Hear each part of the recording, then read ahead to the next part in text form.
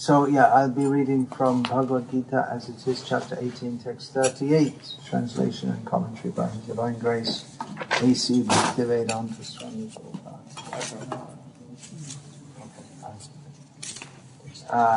Om Namo Bhagavate Vasudevaya. Om Namo Bhagavate Vasudevaya. Om Namo Bhagavate Vasudevaya. Om Namo Bhagavate Vasudevaya. Om Namo Bhagavate Vasudevaya. Om Namo Bhagavate Vasudevaya. Vishayendriya Samyogat. Vishayendriya Samyogat. Yattad agre mritopamam. Yattad agre mritopamam. Pariname vishamiva. Pariname vishamiva. Tatsukham rajasam smritam. Tatsukham rajasam smritam. Vishayendriya Samyogat. Vishayendriya Samyogat. Yattadagre mritopamam. Yattadagre mritopamam. Hariname vishamiva. Hariname vishamiva. Tatsukham rajasam smritam. Tatsukham rajasam smritam. That happiness which is derived from contact of the senses with their objects and which appears like nectar at first but poison at the end is said to be of the nature of passion. Purport: a young man and a young woman meet and the senses drive the young man to see her, to touch her, and to have sexual intercourse. In the beginning this may be very pleasing to the senses, but at the end or after some time it becomes just like poison. They are separated, or there is divorce, there is lamentation, there is sorrow, etc. Such happiness is always in the mode of passion. Happiness derived from a combination of the senses and the sense objects is always a cause of distress and should be avoided by all means. Deva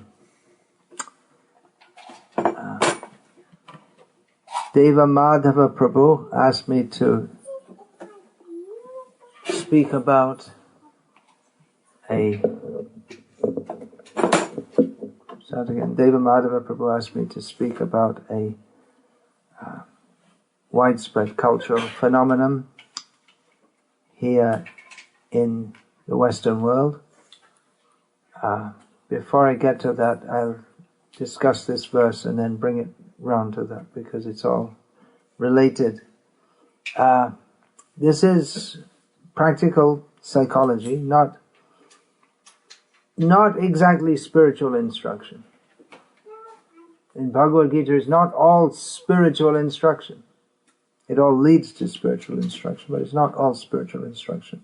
For instance, much of the instruction, well, actually the whole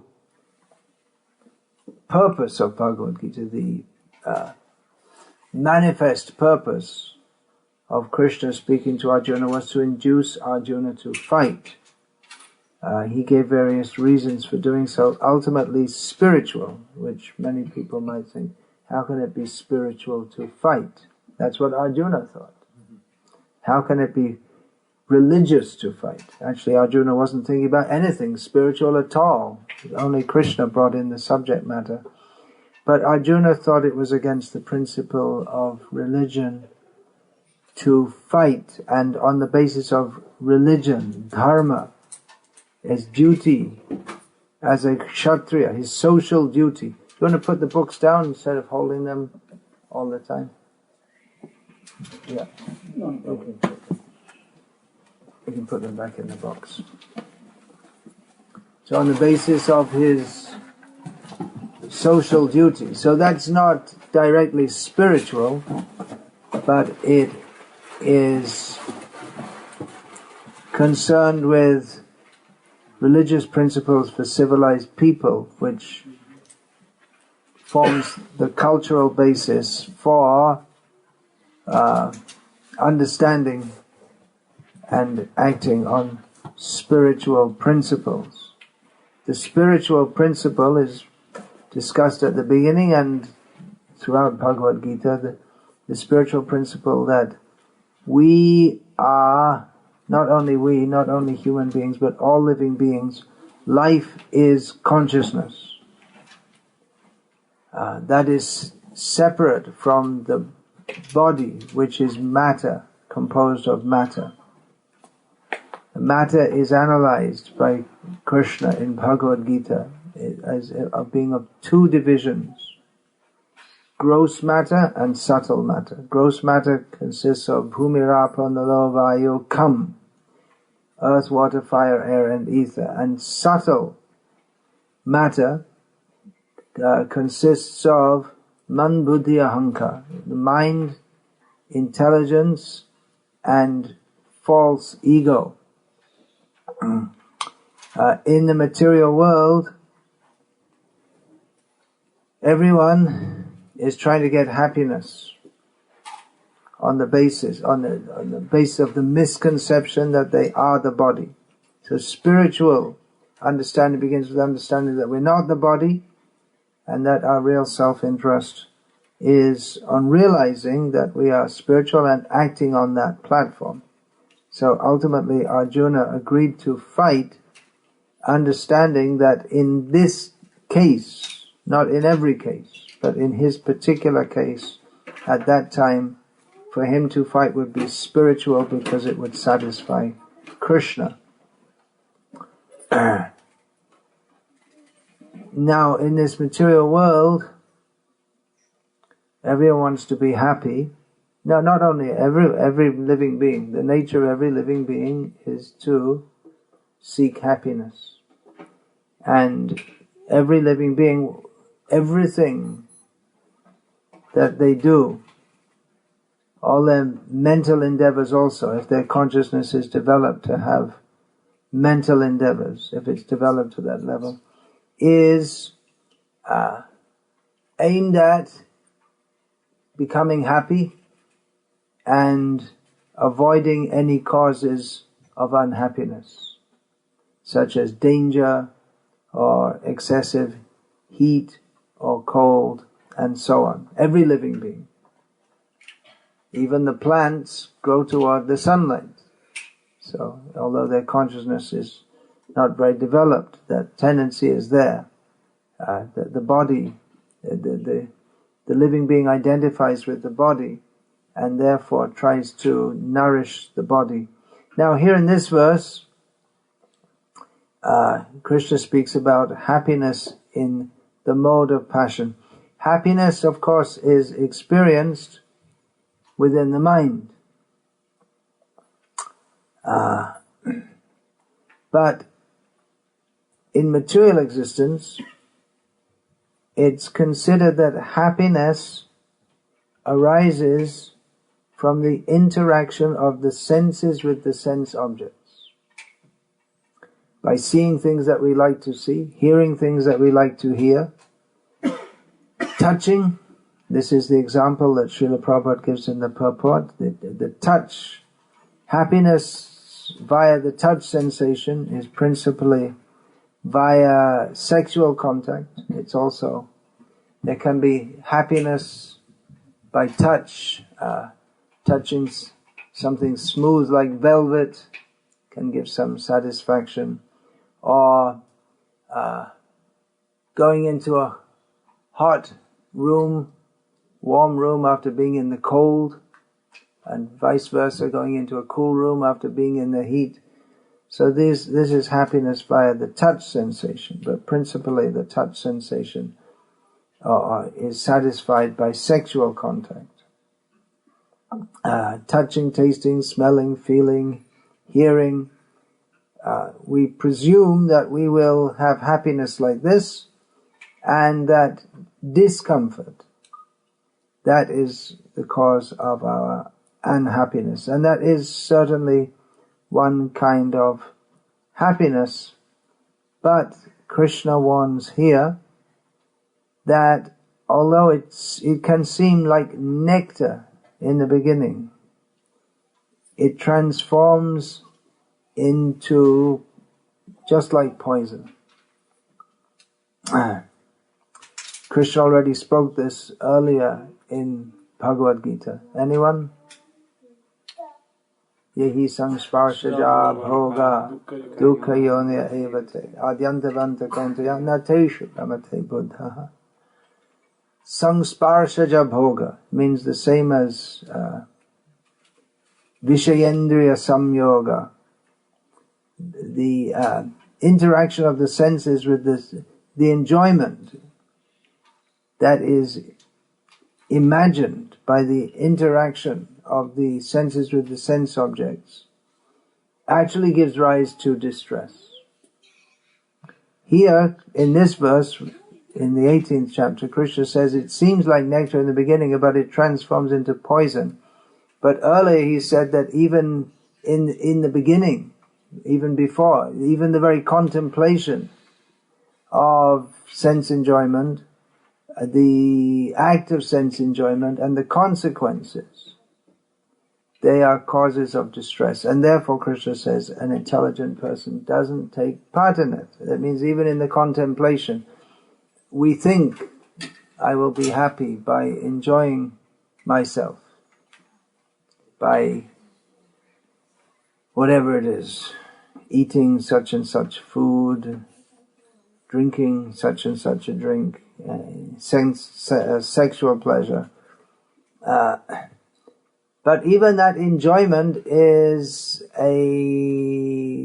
mixed with the sense of frustration, because as long as we don't have it, we're desiring to have it.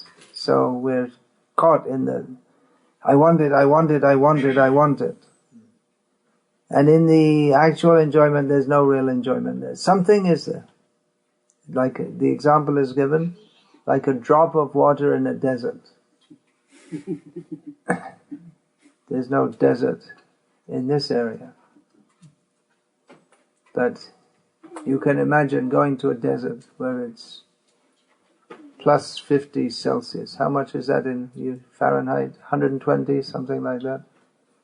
Anyway. Sounds about right. Sounds about right, yeah. So, if you've been in such a temperature, anyone? Yeah? You go in Vrindavan in the summer, it's very hot. Very, very hot. And you want, the natural antidote to that is water, drinking water. If you don't have water, you feel like you're going to die, and you actually will die. So if you're dying in the desert, and so someone comes in by helicopter and says, I got some water for you. Open your mouth, put out your tongue, and you're in anticipation. They bring a dropper and put one drop. It's water, but it won't satisfy. It won't satisfy. You feel more tortured. So that's the nature of material happiness. We're never satisfied. We think it's going to satisfy us, but it doesn't satisfy us. This example can be given. That's actually, Srila Prabhupada used to quote that, drop of water in the desert. Quote that's from Vidyapati. No, Kamala Dala Jala is this Bhajahure Mana. That's a different example altogether. Tartala Saikate. It's in Maithili. Vari Bindu Sama. Sutta Mita Ramani Samaje. A drop of this happiness that we get from friends, family, society. It's like a drop of water in the desert. So, a drop of water is bad enough, but if there's potassium cyanide mixed in it, is it worse? So, or maybe just plain water is worse, then you die slowly in the desert. But the follow-up also, the reactions that we have to suffer, very painful. Life in the material world is painful. If you're living in a house like this, how much would this house cost? $500,000, something like that. Rates are going up and down, something like that. Is it? So I may think, wow, where's the distress? You have a nice house, nice neighborhood, earning plenty of money. That is called Maya, illusion. The illusion of thinking that I am happy in my nice house, with my nice car, and my nice wife or husband. Of course, if they're devotees, then they are nice. Otherwise, it's just an illusion of being happy.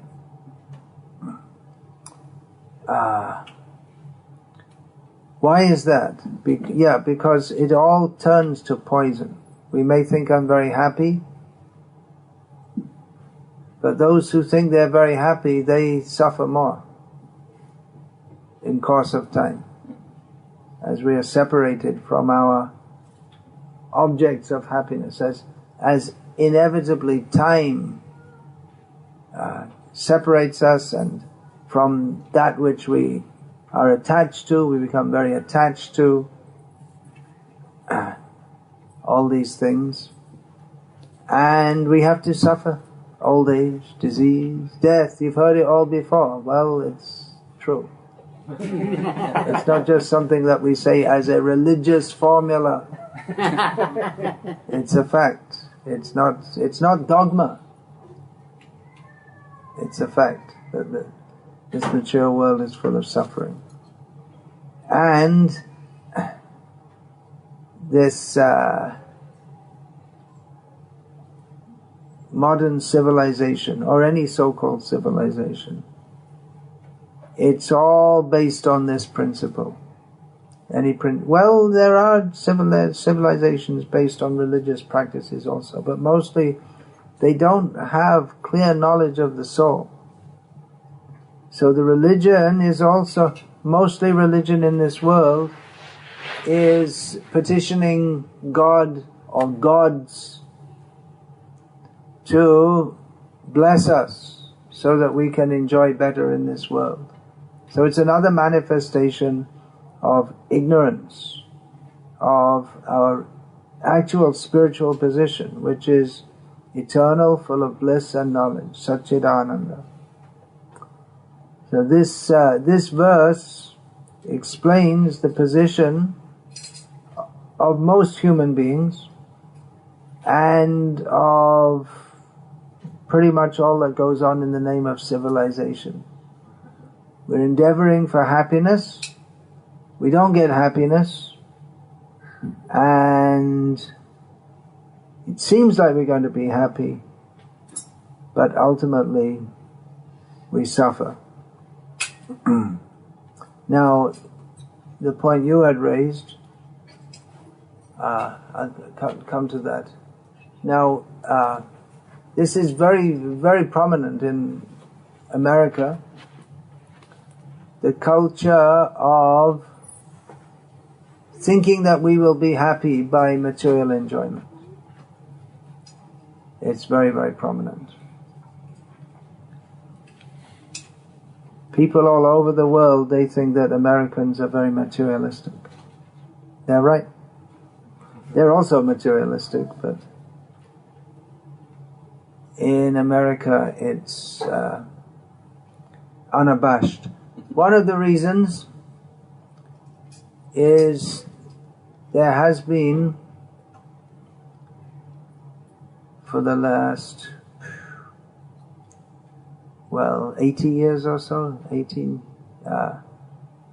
surplus wealth. Many people have had more money than they need for their basic needs. Many people. And the culture of consumerism. One reason that people in other countries are not so materialistic is because they don't have the money to buy so many things. So the culture of buying things and throwing them away and getting new things is not there so much, because if you don't have the money to buy things, then it doesn't apply. So this culture of consumerism has brought this tendency, let me enjoy the senses. It has brought it to the very center of the culture. The whole culture is based on get money, purchase, and enjoy the senses. And sensual enjoyment should go on constantly. With all the time you have to be listening to some music. Maybe not constantly, but continually, which means almost constantly. There should be something for the tongue. So many things of meals, snacks, coffee, chewing gum, soft drinks, hard drinks. Always there should be something for the tongue. And always stimulation everywhere, advertisements. Men and women dressed, especially young people, in a way that outlines the contours of the body for enticing the opposite sex, or nowadays for many the same sex, for sensual gratification. Don't laugh, you'll get locked up.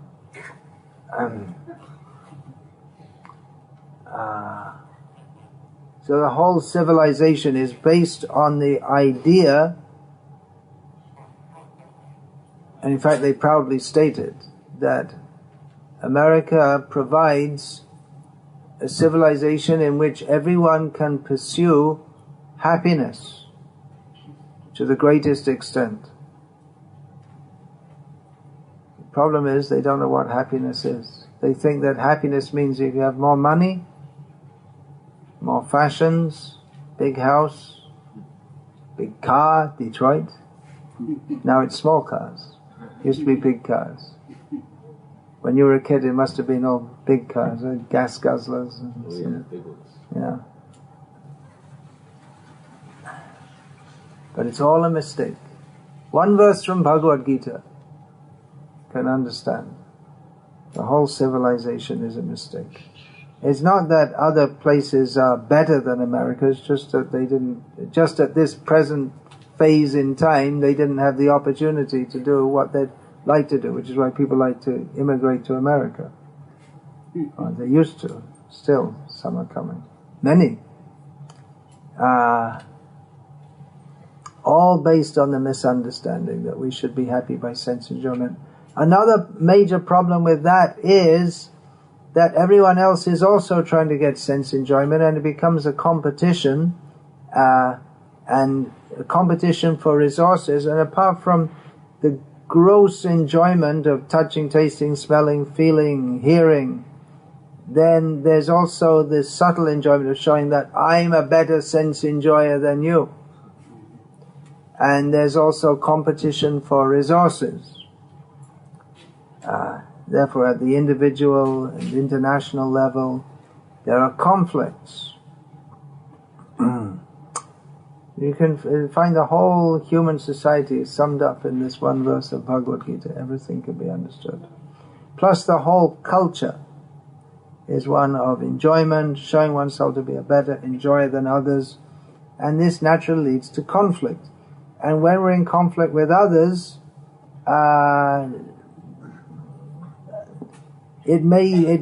some people may enjoy that, but it's too much to be in conflict with everyone all the time. And that with the sense of friends and enemies, which is intrinsic to a civilization in ignorance, with that, then we want some people to be friendly with. Otherwise, we want people to share our sense gratification with. We want that people will praise us and approve of us. And it's also fun to have some enemies. We may like that. And that's systematized in sports. That you have your local team, whatever it is. In India it's cricket, and here it's baseball and football and basketball. Those are the three main sports of America. And then you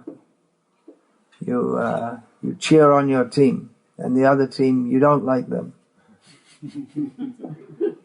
So it's a systematized like and dislike. But in the course of daily life also, there is there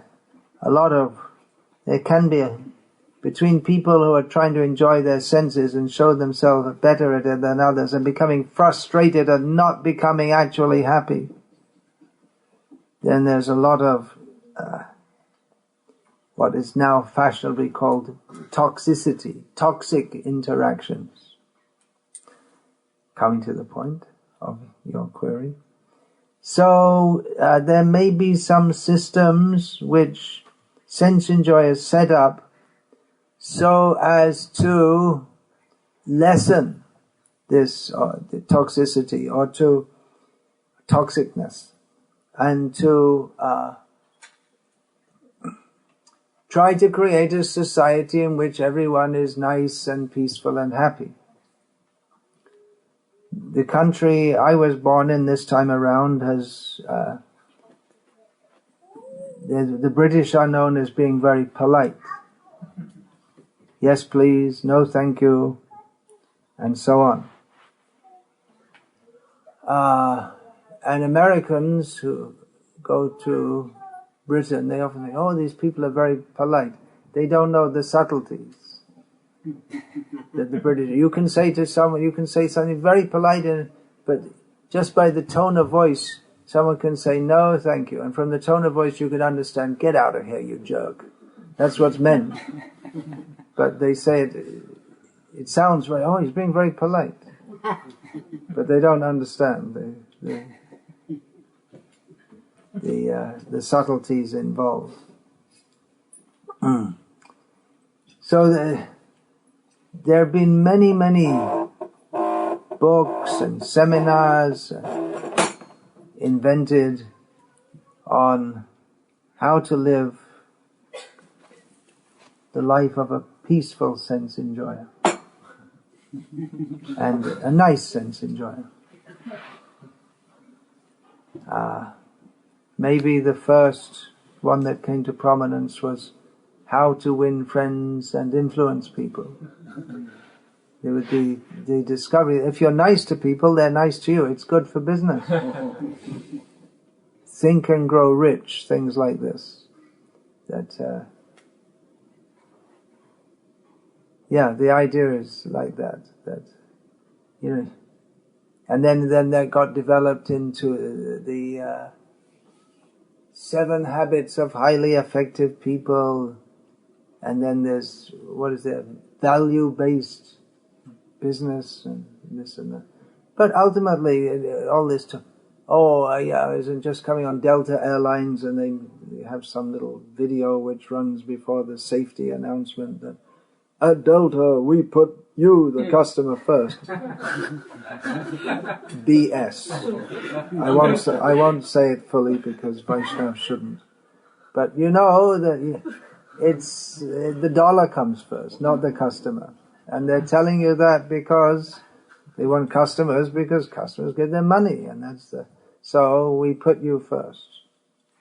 You like, and the customer also knows the money comes. So the staff are trained to be as nice as they can because they're not really that nice. They don't feel like being nice, but they're trained to smile at you. And actually, on Delta, they don't even smile at you. And be polite, and because the idea is if you treat the customers badly, they'll take their business somewhere else next time. So it makes good business sense to be nice, but the niceness is not coming from the soul, not coming from even from the heart. It's all calculated. And it may become quite sophisticated. What was that you told me? There are all ways, techniques for dealing with, what's that, anger management? Compassionate communication. Compassionate communication. What's all that about? What you're speaking about, Maharaj. Could you, I didn't hear, I actually never heard of this before. Well, they're mental adjustments for how to be mental adjustment, how to deal with How to be people, respectful to people's own considerations for happiness and how to they be, have I theirs. see. So, thinking of others when you communicate with them, not thinking of your own agenda Yes. only. That's there in Bhagavad-gita, isn't it? Atmopamyena, what is it? Atmopamyena samyena, what is it? Atmopamyena sarvatra. Samam pashyati yojana sukham va yadi va dukam sa yogi paramo mataha. Krishna says that one who always sees that I experience happiness and distress in this world, and others also do. So we should consider that in our dealings with others. So and see others just like we see ourselves. It's like the golden rule: do unto others as you would have them do unto you. And Krishna says such a person is considered to be the best yogi. So there's an idea like that we should deal with others, taking into consideration the other person. There is famous anecdote, apparently it's true, of a man I believe it was a New York subway, and his kids were there, and they were yelling and screaming. Someone said to him that, "Why don't you control your kids?" Or you should. Now in Britain they would say that, but in America they would say you should control your kids, right? And the man said, "I'm sorry, I'm distracted. I'm just trying to think how to break to them the news that their mother has just died. So dealing with others, they may be doing something wrong, but we may take into account there may be extenuating circumstances. There may be some reason for it that we're not aware of. So giving others the benefit of the doubt, that's one part of empathetic behavior. And there are all kinds of systems worked out how to do this. So that's good, isn't it? Isn't it? Yeah, sure. It's better than just having a brawl with everyone you meet. At least a verbal brawl. And no one likes people who are really rude and unpleasant.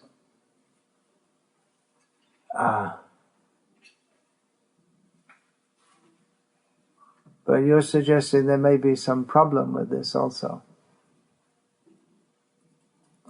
There's a problem with everything in this material world which is based on ignorance of the goal of life.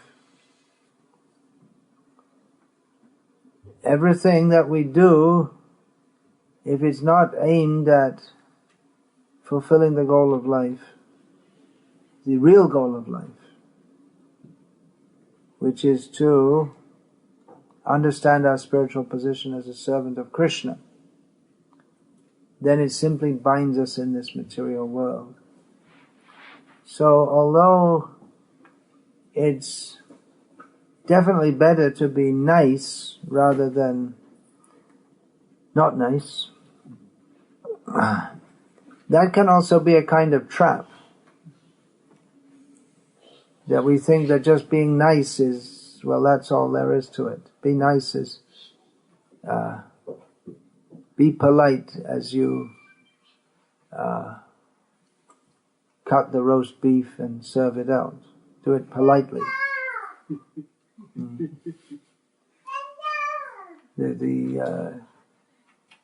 someone is giving a McDonald's hamburger and they say, "Have a great day." They don't mean it. They're not having a great, any day for a McDonald's worker isn't great. And no one's day is great. But they say it because they're told to say it, because they want it. I presume so, because everywhere you go, people in America, they say, "Have a great day." They used to say in England, "Have a good day," and in America became a great day, because, but no one's having a great day.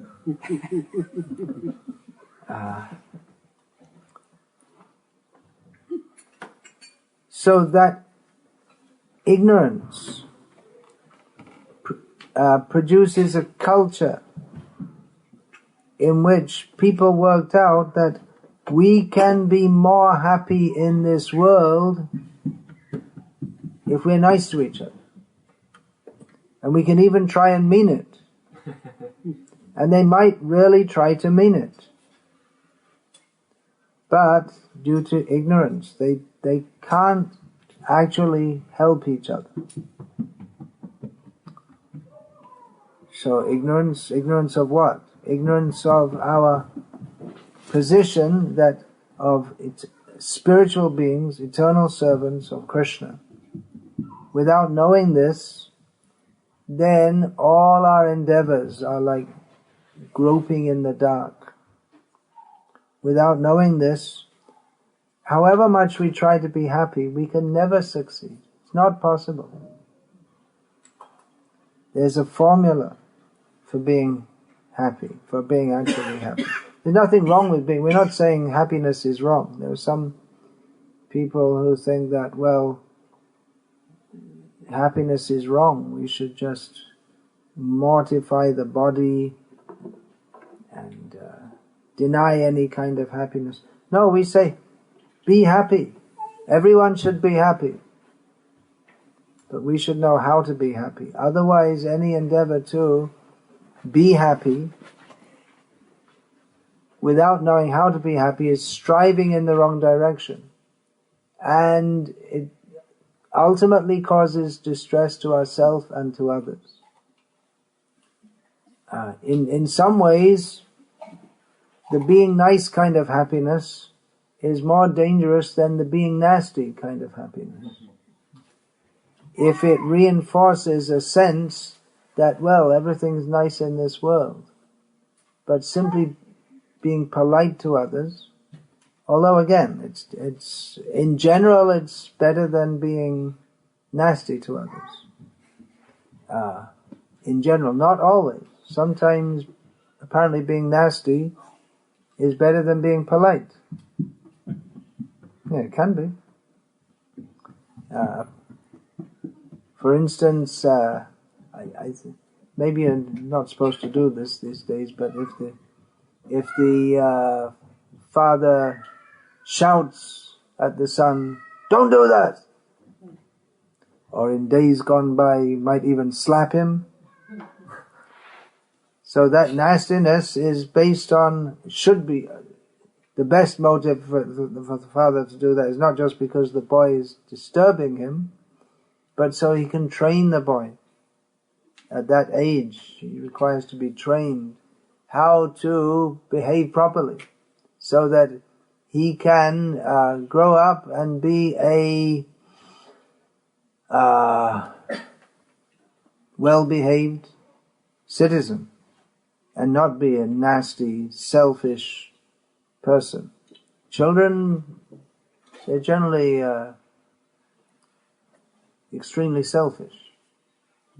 So that's all they know. In the beginning, all they know is themselves. Then gradually they come to recognize their mother and father, if they have a live-in father. They come to recognize, these are my well-wishers, and therefore they like them. And they become afraid of others who can harm them. And then gradually, as they grow older, they're supposed to, it's expected that they don't become as self-centered, as ego. A baby is a bundle of egoism. Everything, if I don't get what I want, immediately scream. But when you get older, you're not supposed to do that. And you're supposed to think of others also. That's called becoming mature. So the parent may discipline the child so that the child comes out of that egoism. Sometimes we see, there's a phrase, spoiled children. Do you say that? Spoiled brats, like that. The parents just indulge the child all the time. And so he grows up to be obnoxious because he just thinks the whole world is meant, everyone should just do what I want.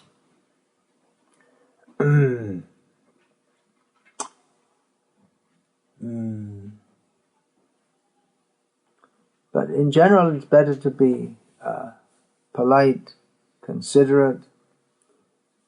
But ultimately, if the whole civilization is set up on the idea that we should be happy by enjoying our senses, then there's no real proper consideration of others. We can see in the Western world now, there's very great fear of terrorism. Anytime, any place. Especially in public gatherings, there can be a terrorist attack, and then senselessly dozens of people may be killed. But we don't think how systematically, daily, we're torturing and killing millions of animals. They feel pain. We means not anyone here. And not even most of the people in Detroit. It's only a few people who actually do the torturing, but they're servicing the others. And those animals feel pain, as we feel pain. So that's also a form of terrorism, and the result comes back in the form of wars, terrorism, disasters, and so on. What goes around comes around. Karmic reactions. So the being nice is on the basis that, well, if we're all nice to each other, we can all nicely enjoy sense gratification together. But we don't consider that how much suffering we're causing to other living beings. Somehow the idea has come that other living beings don't matter, but they feel pain. And in fact, the whole Western world is living in comfort and drinking coffee and tea, and we're drinking coffee, and very nice. But how much exploitation of human beings has gone into a cup of coffee, in engaging people to work and indentured labor in many cases. And even the land, the people, the coffee's beans or whatever it is grown on, that was formerly people were cultivating it for their own subsistence, and then some generations ago they were forced off the land so that the companies could grow coffee and make a profit. So there's so much in this niceness. There's a lot of hypocrisy, because the idea is that we should be nice, but we put barriers, mental barriers. We can't see beyond. The niceness ends here. Not for the animals, not for people of other countries.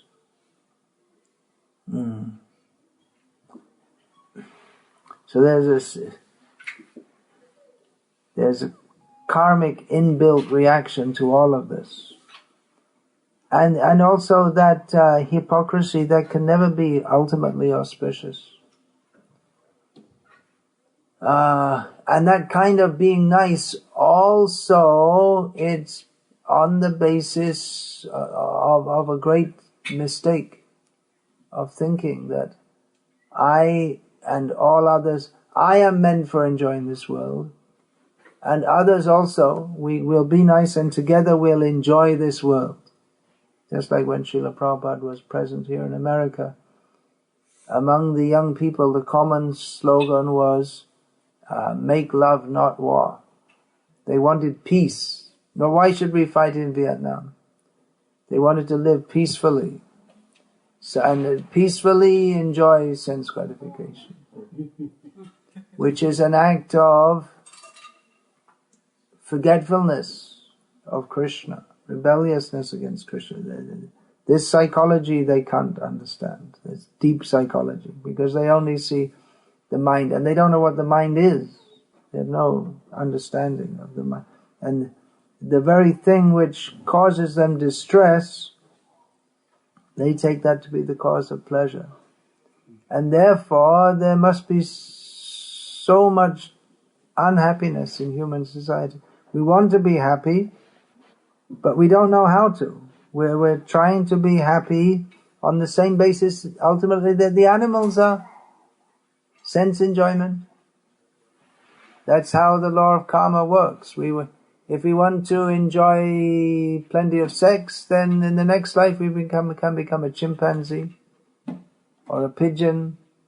They can enjoy sex much better than the humans, and with no difficulty of having to get money and a house and all this kind of... You need money? In the modern life, you just can't enjoy. You have to make some facility for the woman. Or you go to a prostitute. In Thailand, I used to live in Thailand for some time. There's a saying, Mi nung mi pu yin, which means if you have money, you have a woman. That's it. They worked it out. That's all. It's just down to the basics. Strip it down from all the romance and if you have money, you have a woman. That's all. The dogs, they don't have any such need. Dogs and cats and chimpanzees and whatever. Just male is there, female is there, and they enjoy. But there's no question of self-realization for them, and there's no question of happiness for them, of actual happiness. It might seem a happy life to be a chimpanzee, jump around in the jungle. It's a very strong, healthy body. These Olympic Games gymnasts, they're nothing to the chimpanzees. The world champion gold medalists, any ordinary chimpanzee is better than them. Where they do so much practice, this, that. So if you like to be a very lithe gymnast, then in your next life you can become a chimpanzee. These people, they work so hard training to lift the big weights, get a huge body, and you bring any baby elephant, they can lift up, not even a fully grown elephant, they can lift up a big weight. So in the next life they can get born as an elephant. They have that desire. But they remain, there's no opportunity except in the human form of life to understand these essential teachings of Bhagavad-gita. And that is why this whole culture of be nice, I'm okay, you're okay, it's not okay. There's something intrinsically wrong with it. What's intrinsically wrong with it? The idea that we shall all be happy in this material world. The idea that as long as someone doesn't cause any harm to others, he should be allowed to indulge in whatever gives him happiness.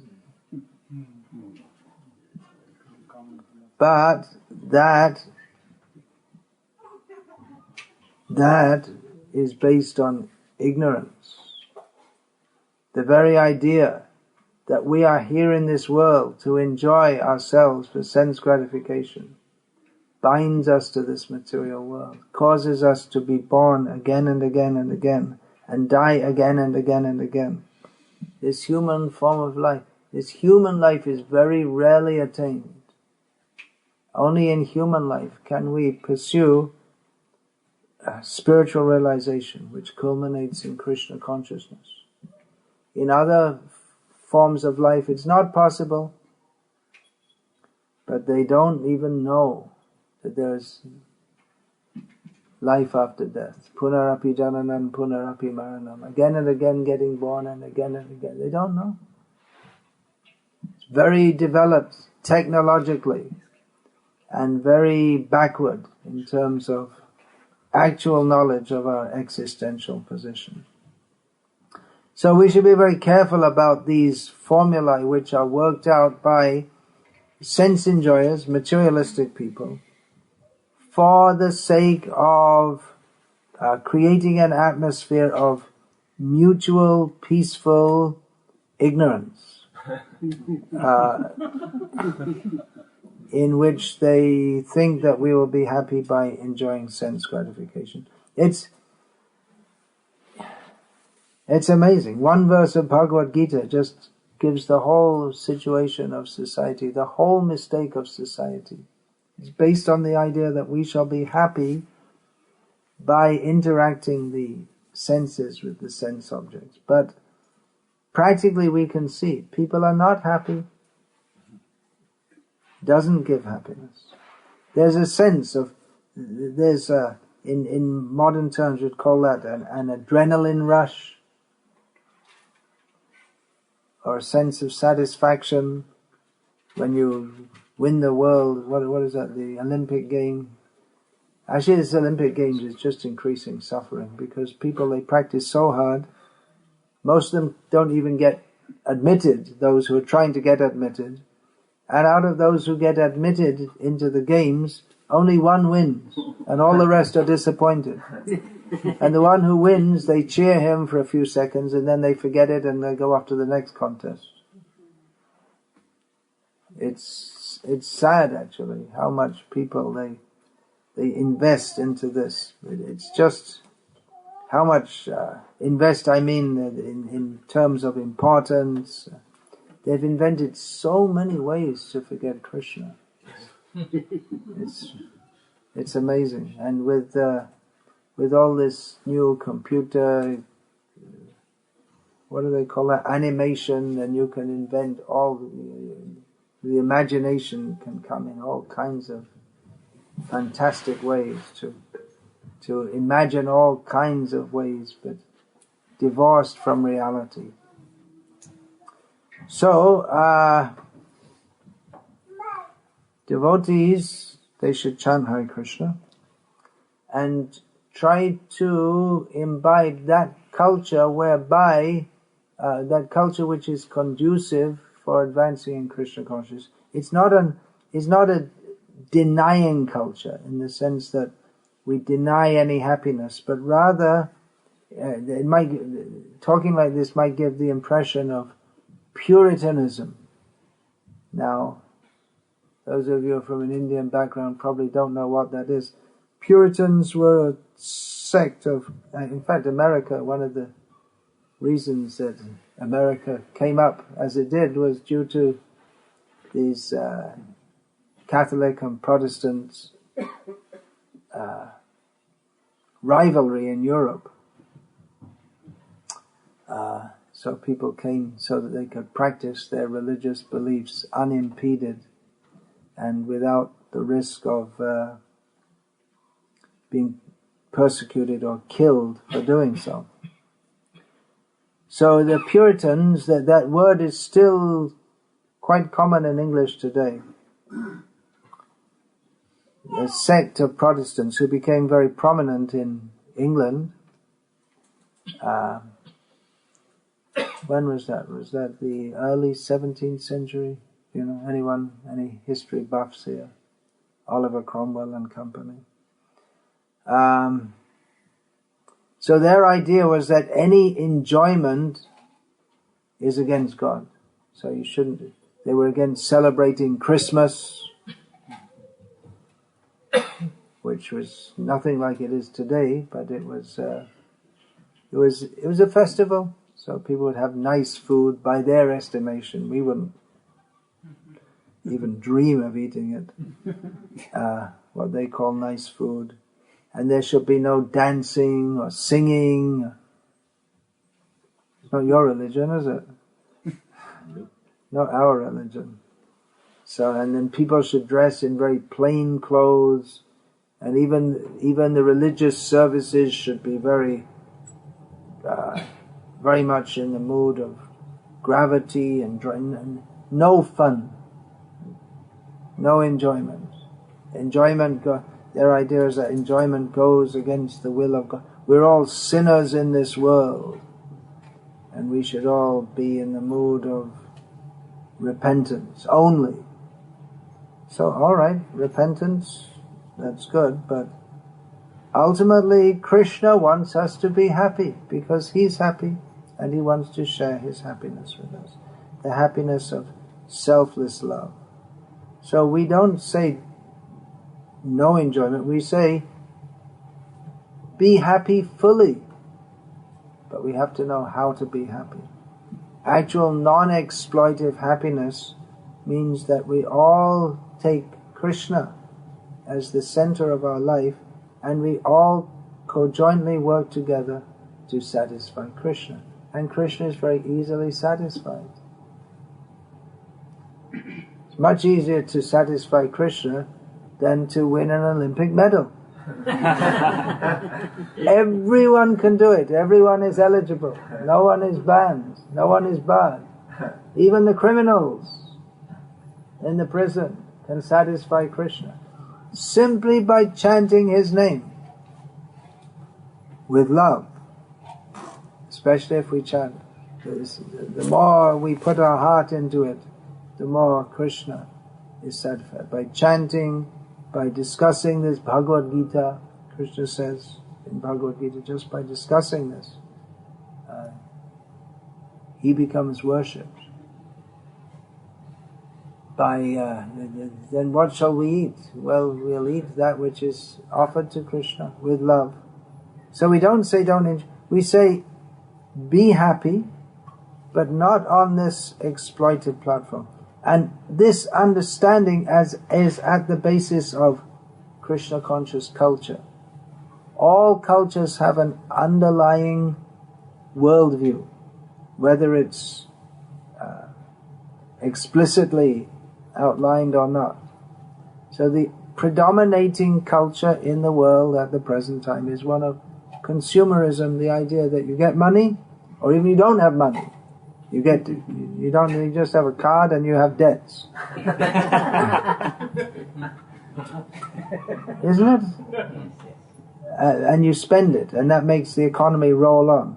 And in opposition to this, it's a major factor in the world situation at the present time. In opposition to this is what is called fundamentalist Islam, which says, no, we don't want to live like this. We want to follow the Islamic way of life. That's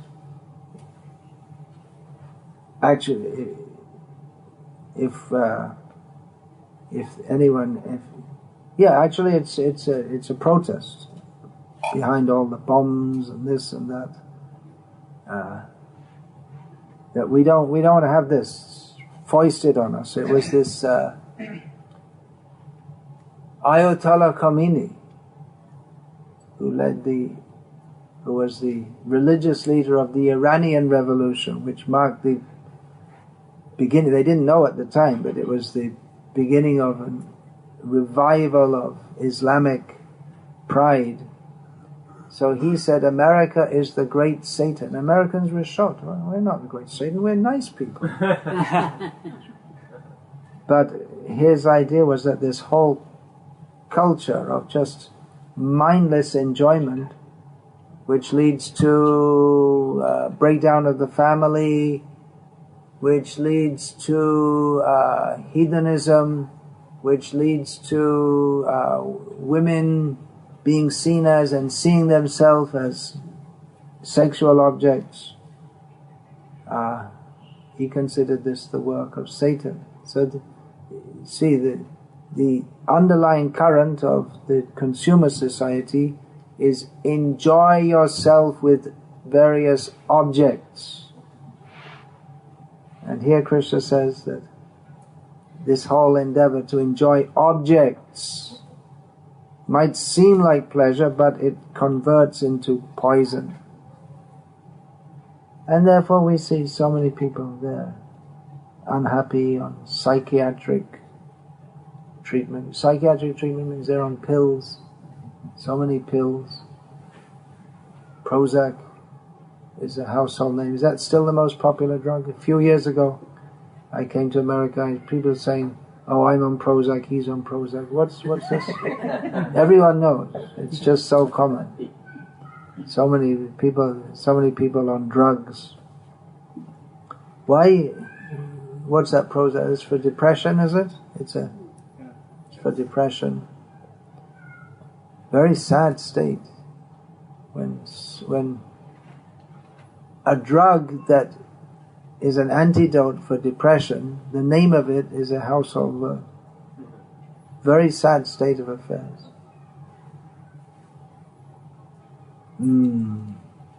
So this adjustment, simply trying to be nice to each other, it's a good idea in some ways, but if the whole basis of the civilization is mistaken, then we can't expect that making some adjustment is going to radically alter that.